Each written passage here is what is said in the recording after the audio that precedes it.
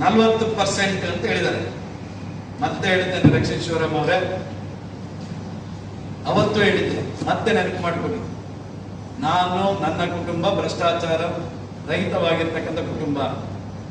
ಅವತ್ತು ನೀವು ಹೇಳಿದ್ರಿ 40% ಅಂತೇಳಿ ಚುನಾವಣೆ ಸಂದರ್ಭದಲ್ಲಿ, ಅವತ್ತು ಸವಾಲು ಹಾಕಿದ್ದೆ.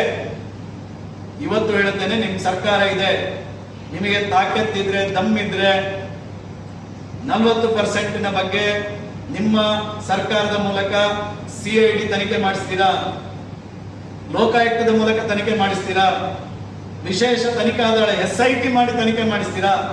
ನಾನು ರೆಡಿ ಇದ್ದೇನೆ, ನನ್ನ ಕುಟುಂಬ ರೆಡಿ ಇದೆ.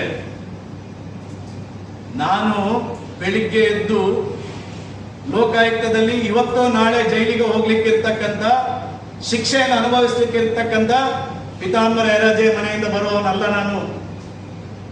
ನಿಮ್ಮ ಕುಟುಂಬ ಯಾವಾಗ ಜೈಲಿಗೆ ಹೋಗ್ತದೆ ಅನ್ನುವಂಥದ್ದನ್ನು ತಪ್ಪಿಸ್ಲಿಕ್ಕೆ ವಕೀಲರ ತಂಡ ಕಟ್ಟಿಕೊಂಡು ತಿರುಗುವಂತವ್ರು ನೀವು, ನಾನಲ್ಲ. ಇವತ್ತು ಮತ್ತೆ ಹೇಳ್ತೇನೆ ರಕ್ಷಿತ್ ಶಿವರಾಮ್ ಅವರೇ, ನಾನು ಇವತ್ತು ರೆಡಿ ಇದ್ದೇನೆ, ಲೋಕಾಯುಕ್ತ ತನಿಖೆ ಎದುರಿಸಲಿಕ್ಕೂ ರೆಡಿ ಇದ್ದೇನೆ, CID ತನಿಖೆ ಎದುರಿಸಲಿಕ್ಕೂ ರೆಡಿ ಇದ್ದೇನೆ, SIT ತನಿಖೆ ಎದುರಿಸಲಿಕ್ಕೂ ರೆಡಿ ಇದ್ದೇನೆ. ಆದ್ರೆ ಒಂದು ಮಾತು ಕೇಳಿ, ಗಾಳಿಯಲ್ಲಿ ಗುಂಡು ಹಾಕ್ತಕ್ಕಂಥ ಕೆಲಸ ಮಾಡಬೇಡಿ. ಗಾಳಿಯಲ್ಲಿ ಗುಂಡು ಹಾಕ್ತಕ್ಕಂಥ ಕೆಲಸ ಮುಂದಿನ ದಿನಗಳಲ್ಲಿ ಮಾಡಿದ್ರೆ ನಾನು ಖಂಡಿತವಾಗಿಯೂ ಕಾನೂನಾತ್ಮಕವಾಗಿರ್ತಕ್ಕಂಥ ಹೋರಾಟ ಮಾಡ್ತೇನೆ. ಅದರ ಜೊತೆಗೆ 2028ಕ್ಕೆ ನನಗೆ ವಿಶ್ವಾಸ ಇದೆ, ಈ ರಾಜ್ಯದ ಜನ ಭಾರತೀಯ ಜನತಾ ಪಾರ್ಟಿಗೆ ಆಶೀರ್ವಾದ ಮಾಡ್ತಾರೆ. ಅವತ್ತು ನಿಮ್ಮ ಕುಟುಂಬ ಎಷ್ಟು ಭ್ರಷ್ಟಾಚಾರ ಮಾಡಿದೆ ಅನ್ನುವಂಥದ್ದನ್ನು ಬಯಲಿಗೆಳೆಯುವಂತ ಪ್ರಾಮಾಣಿಕ ಪ್ರಯತ್ನವನ್ನು ಅವತ್ತು ಮಾಡ್ತೇನೆ ಅನ್ನುವಂಥ ಮಾತನ್ನು ಸಹ ನಾನು ಈ ಸಂದರ್ಭ ಹೇಳ್ತೇನೆ.